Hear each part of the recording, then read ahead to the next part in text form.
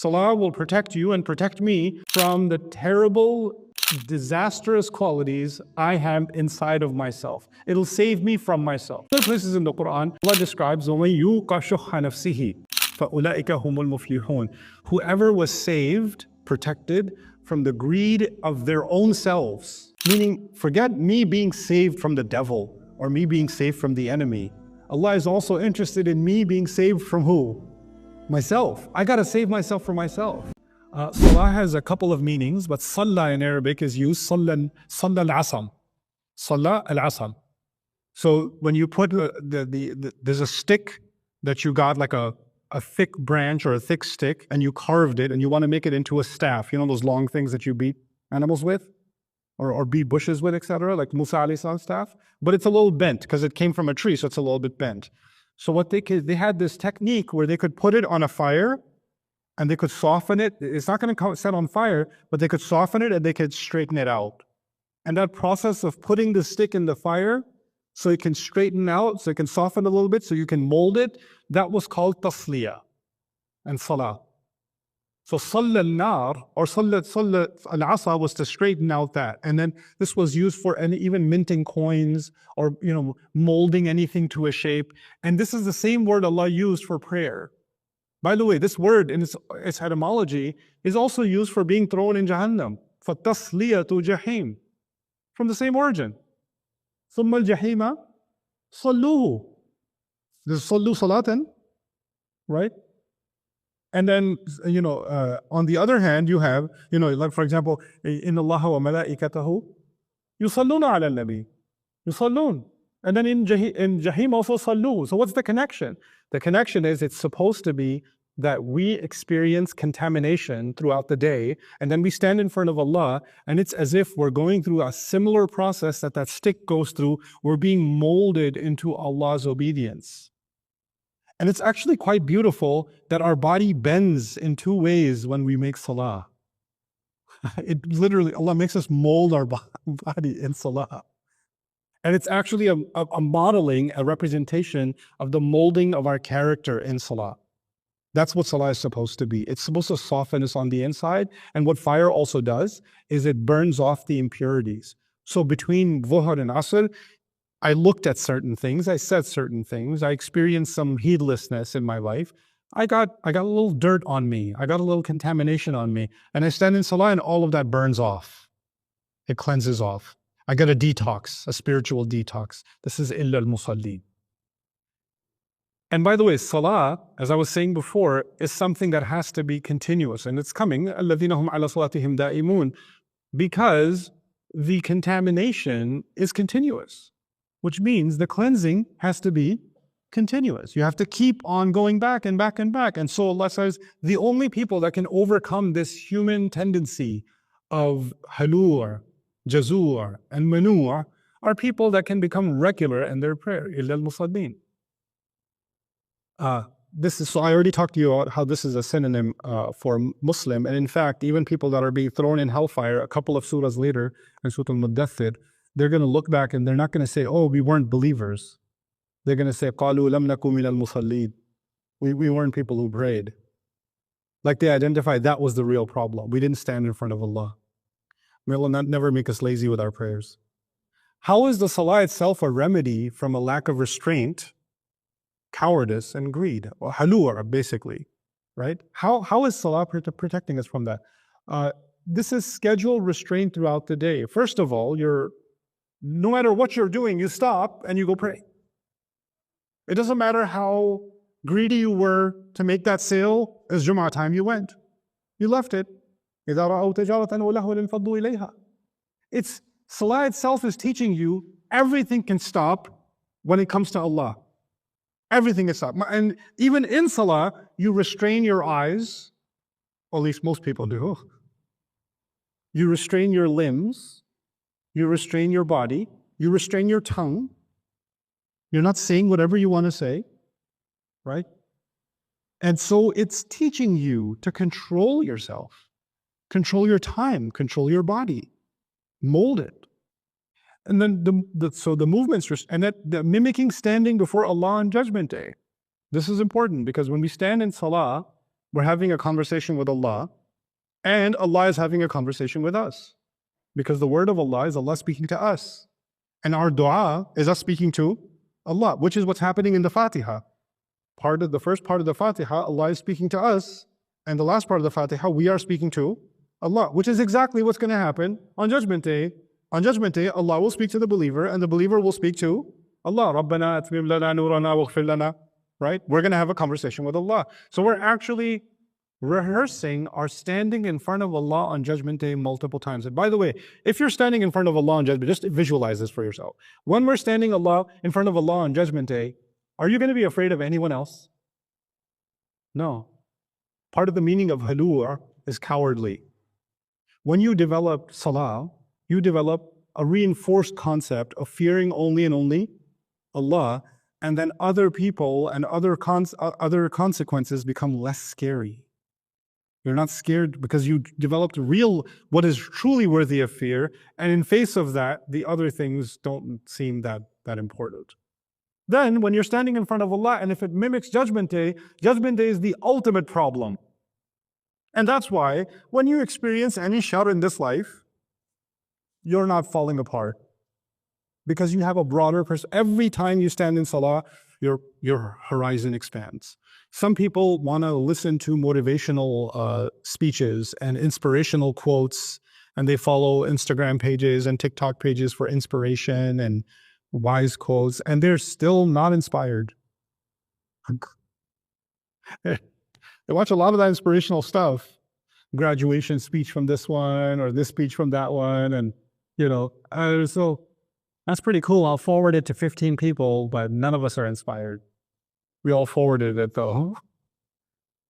Allah is teaching us that actually all of that's artificial. The only real way to actually, broaden your horizons, first and foremost is Salah. This is a divine institution with a divine schedule, with a divine regimen. Just like your body, you go to a doctor or you go to a nutritionist or you go to a trainer, and they tell you this is what you need. This is your sleep schedule. This is the diet. This is what you must avoid, etc., etc., etc. Nobody knows my soul better than Allah. And Allah created a schedule to mold this soul, to make it strong enough to be stronger than even my body. So even though physically I have this body, I want to build the soul muscle. And the way to do that is regular exercise. And that regular exercise for the soul, for the ruh, is the Salah. And that's why it's making me strong. It's keeping me from becoming jazur. It's keeping me from becoming that. And of course, Salah itself begins with Alhamdulillah. You start by thanking Allah, which means you're never entitled. And if you're never entitled, then you'll never be manure. It can't be. It just prevents it. Plus, our Salah, at least if a Muslim is not coming to the masjid during the week, at least the Muslim is coming when? Friday. And when you're standing in Salah on Friday, you're not just saying, Ihdina, guide us, and you're thinking of yourself, there's a person this way, there's a person that way, there's an entire community. You realize that we are all in this journey towards Allah together, and you learn to care for each other. You develop a communal sense. What did we learn about the elite and financial addiction and wealth addiction and all the things I read to you? The more wealth obsessed they become, the more isolated they become, and they want to cut themselves off from everybody. They don't even want to have a family because it'll be too much of an expense. And here you have the believer standing in Salah, developing a sense of community. And when we develop a sense of community, Allah will even go further in these ayat. This is why right after Salah, Allah is going to mention they take care of people who need it. وَالَّذِينَ فِي أَمْوَالِهِمْ حَقٌّ مَعْلُومٌ لِلسَّائِلِ وَالْمَحْرُومِ. It's coming right after. It's just directly connected to this institution that Allah gave us. Just one comment about da'imun. The word daimuma in Arabic is used for flat land.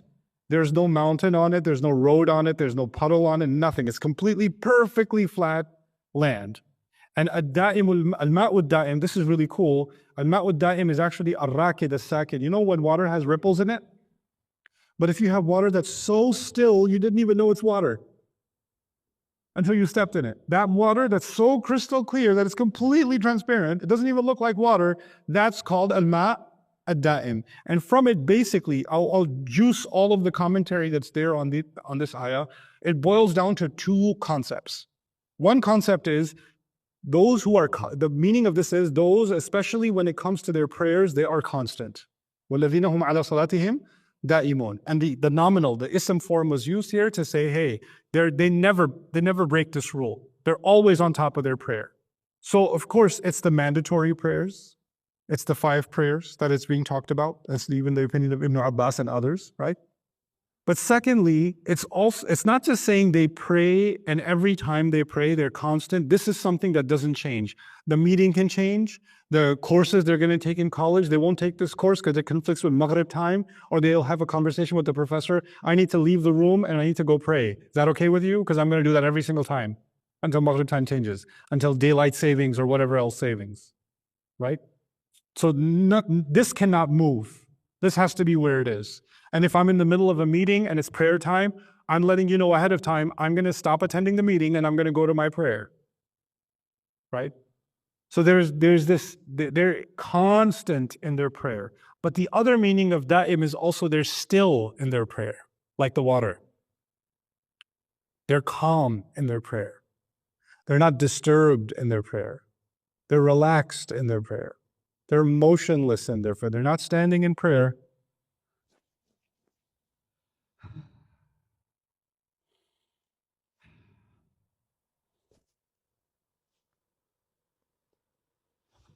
Yeah. And then they start looking at their feet and start feeling their toes. How come when I move this one, the other one moves automatically?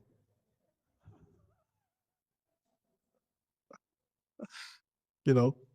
Oh, they're not having this entire experience when they find calmness and stillness in the prayer. Like the world stops when they're in the prayer. You know, in Surah Al-Mu'minun, you have وَالَّذِينَ هُمْ فِي صَلَاتِهِمْ خَاشِعُونَ. And the khashi'un is the internal state. The internal state of, you know, the feeling of awe. But here, Allah is even referring to the internal plus the external state. You're just physically, you're just calm. You're just relaxed. Let the salah take over. Give yourself up. You just handed yourself over to God once you said Allahu Akbar. You let go. You're floating. Interestingly, the word for floating in Arabic is sabaha, and we begin with subhana. Right? So we let Allah, Allah just took over when we stand in salah. Some people are in salah and they're still communicating. Some moms worried about their kid when they're making salah, right? And the kid is about to touch the plate. Allahu Akbar. Alhamdulillah. Rabbil Alameen. Ar-Rahman.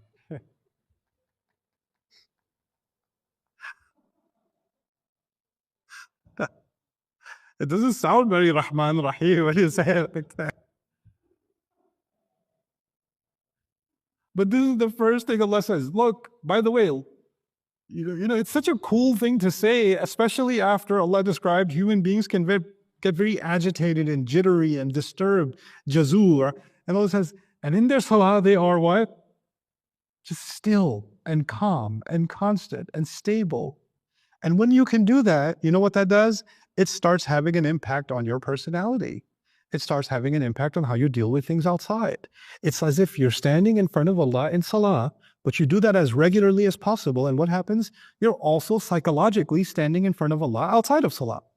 That's how Allah will describe salah.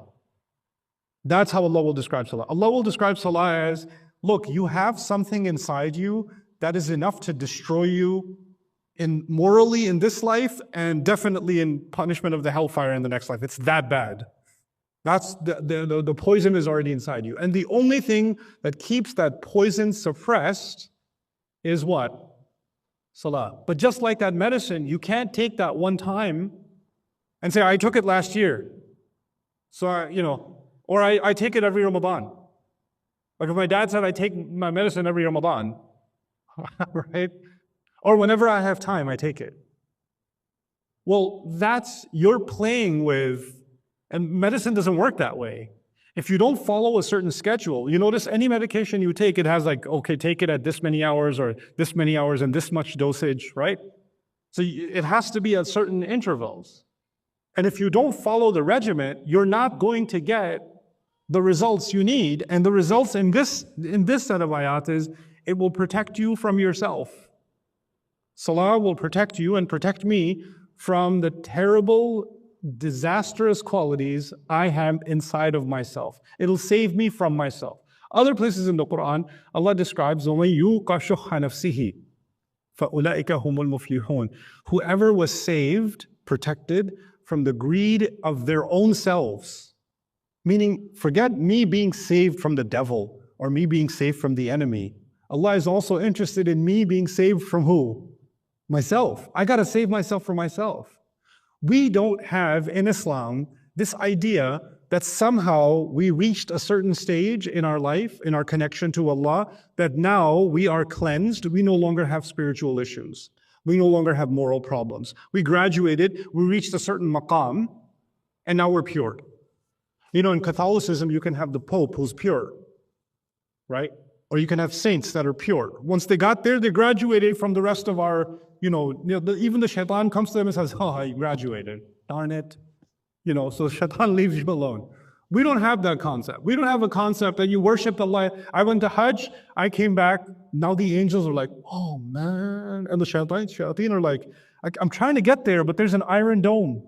I can't get this. That doesn't work in Islam.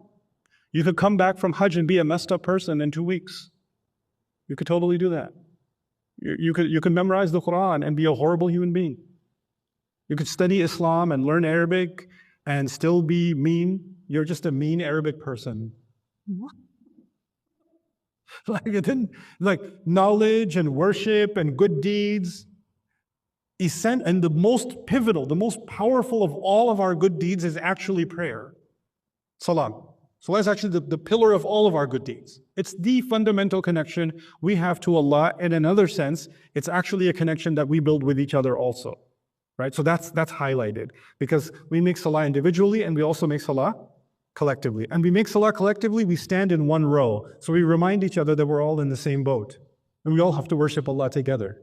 And we all, and once you finish making salah, there are things in the Quran, there are statements in the Quran about recognizing the difficulty on someone's face. Right? So when the congregation gets together, they pray together, they see someone in distress, they're not putting a poster up, please give me $5 for lunch, like a homeless person does on the street. تَعْرِفُهُمْ بِسِيمَاهُمْ. You're going to recognize them by their faces. So our fundamental relationship with each other and with Allah is actually instituted through salah. There's no surprise, that's why we see وَأَقِيمُوا الصَّلَاةَ وَآتُوا الزَّكَاةَ. If you're really doing iqamatul salah, you would know who needs zakah. Because if you're coming for Salatul Jum'ah, for example, and everybody's together, and you see this lady who's taking care of her kids, and you're about to leave for Jum'ah, and she's walking in the heat with her kids home, and you're like, you don't have a car? Do you need a ride? And you find out the husband died, you find out something happened with the family, you find out, they hit bankruptcy or whatever else. They weren't going to advertise, and they're not going to be on some humanitarian need website. They're not going to start a GoFundMe page. The only reason you found out about them is you did what? Aqimus Salah. So Aqimus Salah actually opens the doors for Atul Zakah. They're connected to each other, right? So, and we're going to see that here also. We're going to see Salah, and right after Salah, we're going to see وَالَّذِينَ فِي أَمْوَالِهِمْ حَقٌّ مَعْلُومٌ لِلسَّائِلِ وَالْمَحْرُومِ. Right, so Salah and giving will come next to each other.